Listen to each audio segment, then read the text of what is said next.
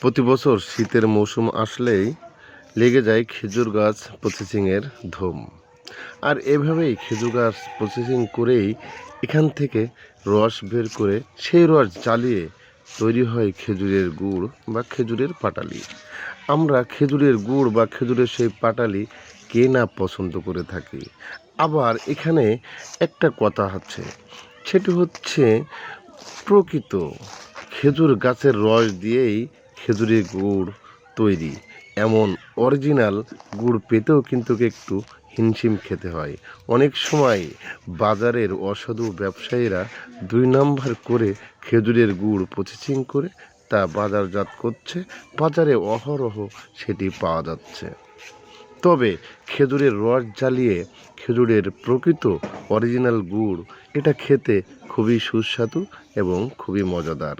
আমরা অনেকেই কিন্তু এই খেজুরের গুড় অরিজিনাল রস জ্বালিয়ে খেজুরের গুড় তৈরি করা সেই গুড় কেনার জন্য, সেই গুড় পাওয়ার জন্য অনেক প্রচেষ্টা কিন্তু আমাদের সকলেরই থেকে যায়।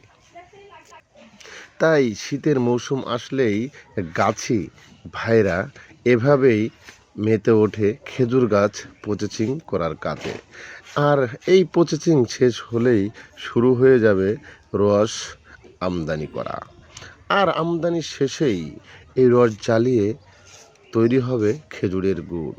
খেজুরের গুড়, খেজুরের পাটালি এই শীতের মৌসুমে সবার কাছে খুবই প্রিয়। গ্রামের এই পুরাতন ঐতিহ্য, এটা দেখারও খুব ইচ্ছা ছিল।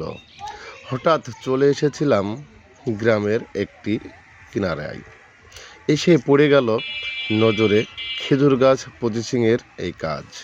ক্যামেরা বন্দি করে নিলাম আর আপনাদের সামনে উপস্থাপন করলাম গ্রামের পুরাতন এই ঐতিহ্য। গ্রামের পুরাতন এই ঐতিহ্য এখনও কিন্তু আমাদের সকলের কাছে অনেক অনেক প্রিয়। তাই বলবো, শীতের এই মৌসুমে শহরগঞ্জে যারা বসবাস করেন, একটু ঘুরতে আসলেই আপনাদেরও নজরে পড়ে যাবে এমন গ্রামের পুরাতন ঐতিহ্যের দৃশ্যগুলি। আপনারা স্বচক্ষে হয়তো অনেকেই দেখতে পারবেন না, এটা আমি জানি, তবে আমি ক্যামেরা বন্দি করে রেখেছি শুধু আপনাদের দেখানোর জন্য। তাই আমার পেজের মাধ্যমে আপনাদের সামনে এই ভিডিওটি উপস্থাপন করলাম। কেমন লাগলো অবশ্যই আপনাদের মতামত আমার কমেন্ট বক্সে জানিয়ে যাবেন। তাই দেশ ও দেশের বাইরে থেকে যে সমস্ত ভাই বন্ধুরা আমার এই ভিডিওটি দেখবেন, অবশ্যই আমার পেজ হান্নান ভাই 2.00 ফলো দিয়ে সাথে থাকবেন, পাশে রাখবেন সব সময়। প্রিয় ভাই ও বন্ধুগণ, আজকের ভিডিওটি এই পর্যন্তই। তাই আগামীতে অন্য কোনো ভিডিও দেখতে অবশ্যই আমার চ্যানেলটি ফলো করতে ভুল করবেন না। তাই বলবো, সাথে থাকবেন, পাশে রাখবেন, সব সময় ভালো থাকবেন।